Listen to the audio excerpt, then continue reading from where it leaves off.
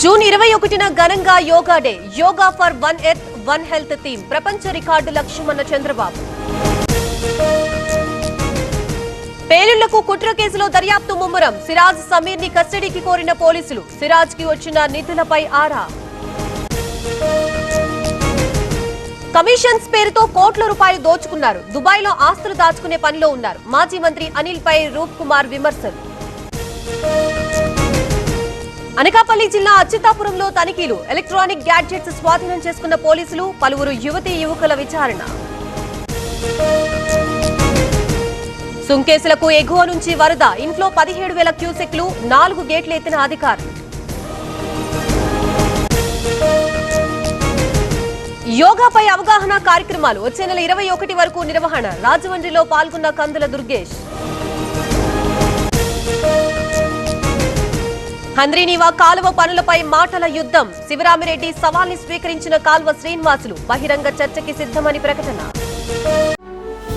ఓయసిస్ జనని యాత్ర. తెలుగు రాష్ట్రాలలో మొట్టమొదటిసారిగా mobile fertility camp.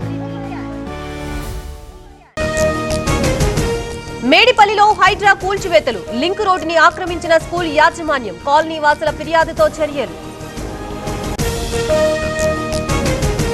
Chittoor Bharat Nagar లో లింగ నిర్ధారణ పరీక్షలు. ముఠా గుట్టురట్టు చేసిన కలెక్టర్. 22 మందిపై కేసు నమోదు.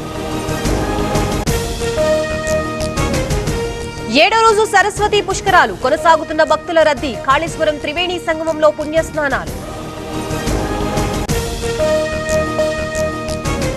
ముంబైలో భారీ వర్షం. పలుచోట్ల కూలిన చెట్లు. కార్లు ధ్వంసం.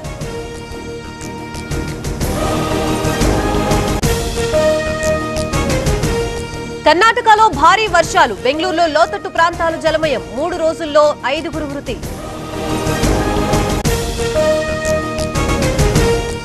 అహ్మదాబాద్ లో కొనసాగుతున్న కూల్చివేతలు. బంగ్లాదేశీల అక్రమ నిర్మాణాలు నేలమట్టం. 100 ఎకరాల స్థలంలో తొలగింపు ప్రక్రియ. 33 దేశాలకు భారత ఎంపీల బృందాలు. పాకిస్తాన్ తీరు, ఉగ్రవాదంపై వివరణ. 10 రోజుల పాటు విదేశాల్లో పర్యటన. రాజీవ్ గాంధీ 34వ వర్ధంతి. ఢిల్లీలోని వీర్ భూమిలో ఖర్గే, రాహుల్ నివాళులు. సేవల్ని స్మరించుకున్న నేతలు. ఐపీఎల్లో ఇవాళ మరో కీలక మ్యాచ్. ముంబైతో తలపడనున్న ఢిల్లీ క్యాపిటల్స్. 4వ ప్లే ఆఫ్ బర్త్ పై ఇరు జట్ల కన్ను.